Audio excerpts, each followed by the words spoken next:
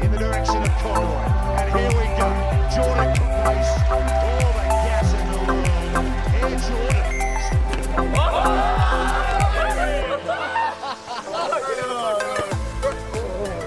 Jordan. We were told a few weeks in advance this was the whole plan. We're going to London and then we're getting the Eurostar down to Paris, and it's just like the lads who get to do that 2-week trip, they're going to have some experience.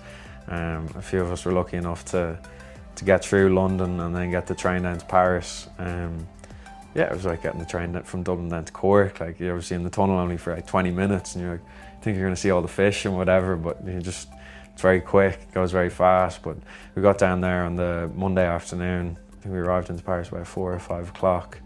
And I suppose we were all still kind of sore from the weekend, so there's a bit of time you have a day or two to kind of relax and get a bit of sightseeing. Like, it was nice obviously to get into Paris at a lovely hotel. We're smack bang in the middle of Paris. Yeah, no, it was class. It's such a cool city, and we got there thankfully in loads of time, and then on our off time we made use of it and went in to see the Eiffel Tower, and it's just a really beautiful city.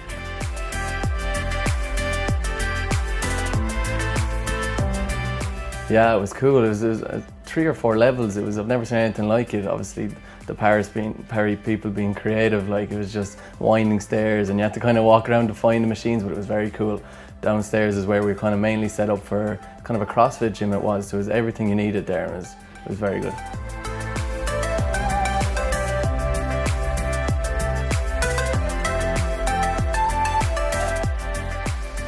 Cool just to meet up with Lucy, and she's kind of showing me the ropes almost, introducing me to people, so it was nice. It was cool, obviously the two of us being together, got to chat afterwards and got a few photos for Irish rugby, but nice for the history books that 2 Irish captains, men's and women's, were there at the same time.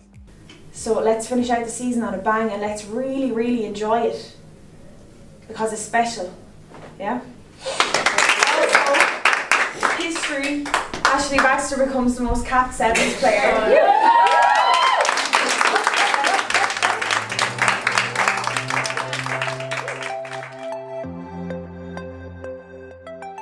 Yeah, of course, we wanted to do really well. We wanted to build on Canada. It was one of our best results ever, so that was definitely a focus for us. And then I think, having seen the boys do so well the week before in London, we really were motivated to go and get some good results. Yeah, there was a really good vibe. Like, the stadium actually was really class, so obviously that was our first time seeing it. It was arriving that morning, so I think there was really good buzz in the camp, but we're probably a little bit sluggish to start, but we got the win, which was the most important thing. Baxter tries to reset her sat-nav. Wales holding firm at the moment. Ireland go for the corner, pulled down is Louise Galvin, but the offload is there for Stacey Flood. Stacey Flood takes her in this match that was always going to get people salivating. Still the opportunity is there for Ireland.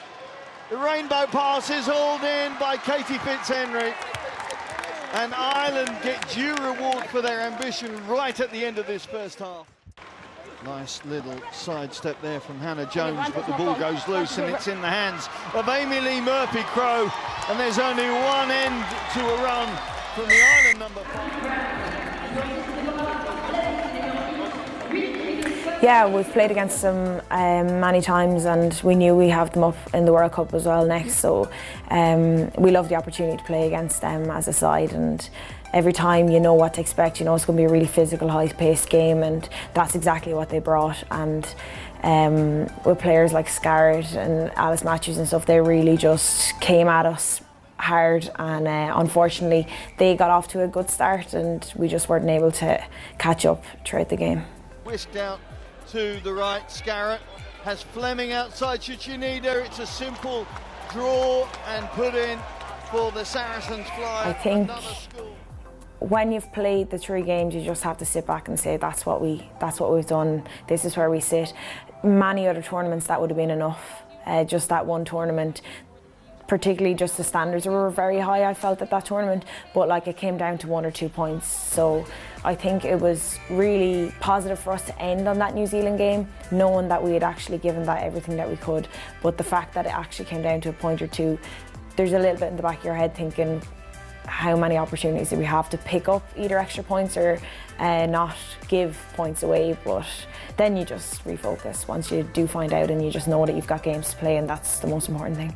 Very early start. We're up at 6:30 this morning, so a few tired heads going around. Kick-off's at 22 minutes past 9. So everyone's pretty excited. We did like a pretty thorough review of Spain, like we know them pretty well already going into it, so just need to get our heads right, switch on at the right times, and then a quick turnaround after that. But everyone's pretty excited. A few new caps, a few lads getting their first taste of the World Series and stuff like that, so it's pretty cool for them. We weren't great, and it was quite a scrappy game against them. They made it quite scrappy. To be honest, we were just happy to get out of there with a win. We knew we didn't perform well. It was kind of the first day. Maybe we were a bit tired, maybe, I don't know, but it wasn't a great performance by us. They played well, and they kind of disrupted our game plan. We're just happy to get a win, kind of the first game. Shifts it across. Overlap here on the near side to Brian Mullen. Mullen stretches the legs. Mullen into the 22 and over the try line. That's better from Ireland. That's more of what we saw last week in London. McNulty checks back to the near side in the direction of Conroy. And here we go. Jordan Conroy. He's away from Pol Pla. Air Jordan strikes again. Ireland, of course, here by invitation, as they were in London last weekend, but they proved that they could compete with the best. And speaking of the best, this is Jordan Conroy. Luke Morgan giving chase. Yeah, so Wales again, and another close one. So it was 21-19 the week before. That was 19 all this time. So yeah, they're always tough opposition, and it was just, we actually played well. We played better than in Spain match, a good bit better, but they played decent too. And yeah, I think a draw was probably a fair result.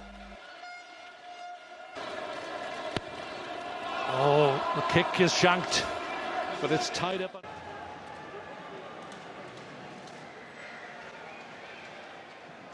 And Mulhall looks shallow with the kick-off right down the middle. It's batted back by Wales, so they will get first use of the ball. Flood again, still probing down this left side, and Snowsill needs to go again, and Flood gets rid of it twice, and Flood replies for Ireland. So, as it's loose around the scrum, and I think Flood's got in there. She disrupted the pass, and then she won the loose ball. Stacey Flood is having a game and a half, but is it enough for Ireland? Here goes Higgins, looking for space on the outside, showing and then going alone, and then the inside ball with Murphy Crowe on his shoulder. It was a well-worked try, created from the turnover by Flood. Higgins went alone, and Murphy Crowe gets the try. Mulhall, now Ireland seem to have just regained some of that composure. Higgins has set up one try out on the right, now looking to do so on the left, getting around the outside. Eve Higgins, she'll go it alone this time. She set up one. Brilliant play from young Eve Higgins, 18 years old, and what an impact she's had. So Ireland go through to the Challenge Trophy final, beating Wales 17-7.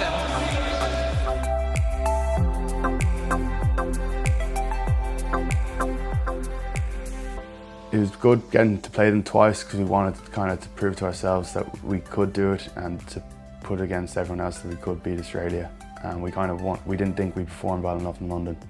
So playing them a second time gave us a bit of a boost, and we really wanted to show it to them. There's a pass for O'Brien, back over the top for McNulty. McNulty is a big lump with good skills, and now some men to work with on the outside, but Ireland come back infield. And it's now 7-5 conversion to come. Ireland really push in the right part of the field now with the free kick as well. Ireland. Mark Roach, the captain, he's in. And Ireland hit the lead. Going through, they work nicely here. They had a great ball out in front for O'Shea. The captain, right, trying to get try number 2. It's good. Outbow here, Ireland, can they make it? Anderson reels out of the tackle. Ireland have done it.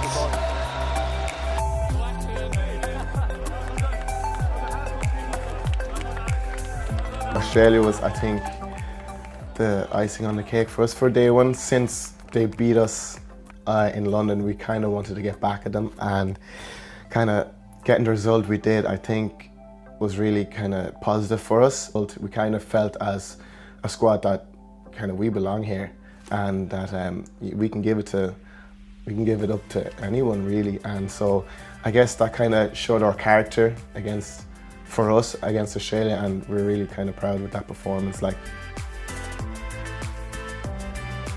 The last few times we've played Russia, so I think particularly like Sydney this year and Euros last year, we've been thereabouts, and we really wanted to get that win against them. So we wanted to end the tournament on a really positive note. Really important for Ireland going forward. But he's held on to the experience of Lucy Mulhall, and it is the Irish captain. Strakova hurdles over one, over the 10-metre line.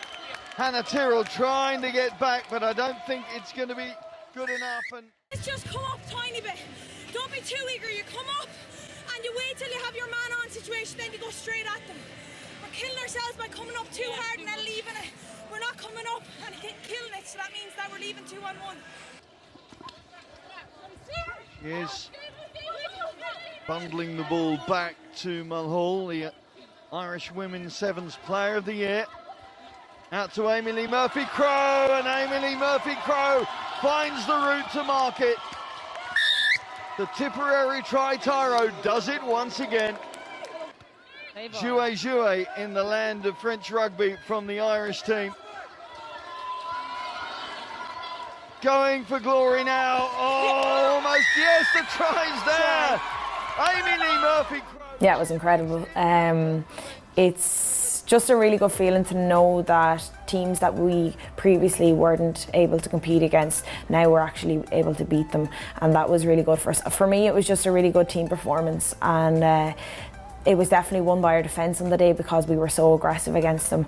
But then to have Lee dot down her 50th try, I don't think there's anyone else you'd rather it be, and I was just so happy for her too. At that time we didn't know it was her 50th try, but just for Lee to be the one, it's typical, because so many times we look at her to step up for us, and she always does. So it was a brilliant moment for her, because her mum and her boyfriend were over in the stand watching, and it was amazing for the team to be able to celebrate that with her. Yeah, you wouldn't be used to seeing people in the crowd, because you always play abroad, so just seeing two faces, it was something special, and they really enjoyed it. So the game against Russia was on so late as well, so the stadium was empty, but we had a massive crowd there, so it was great. It's something that I do miss, coming from a GA background where you have half your local parish down at the games. That was really nice. My parents were able to come over, and a good few of the girls' family, and by the end of the weekend I'm pretty sure all of our family were friends. So it's just really nice to be able to look up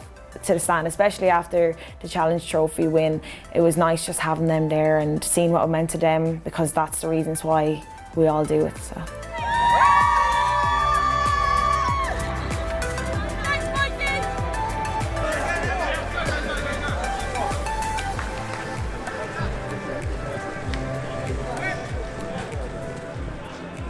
Yeah, they play very direct, kind of just big ball carriers, and they should just keep holding on to the ball. And then we just didn't click or something that game. We didn't play well. We gave away a couple of penalties, and they just held on to the ball. We didn't really get a shot. 10 metres out now, Canada. Just caught in the tackle there was Isaac Kay, and on the wraparound is Nathan Hirayama. Hirayama in the corner. Oh no. John. They've gone quickly. Mark Roach, Conroy, the speed on the outside. Inside Douglas, inside Kay. Jordan Conroy carousers through.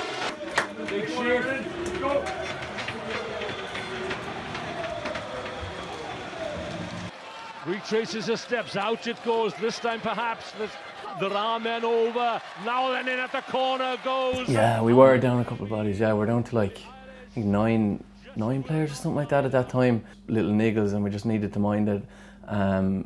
But we loved it. We all spoke about after the game how enjoyable it was. We're going up against arguably the best team in the world. Obviously South Africa won it, but Fiji were always down to the wire.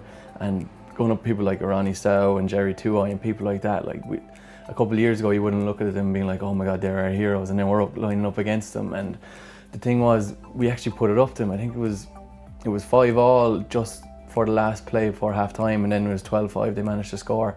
And for us to do that with tired bodies, down bodies, and then against the best team in the world arguably, it was just incredible for us to be able to do that. And obviously then they ran away with their experience, and we might have just been a little bit tired, but it's an amazing experience to go up against that.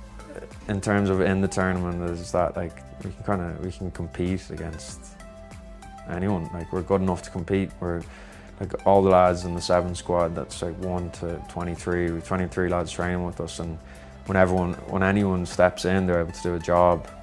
And we went up against the world's best in those 2 tournaments, and I came 3rd in the first week and 7th or 8th in the second week.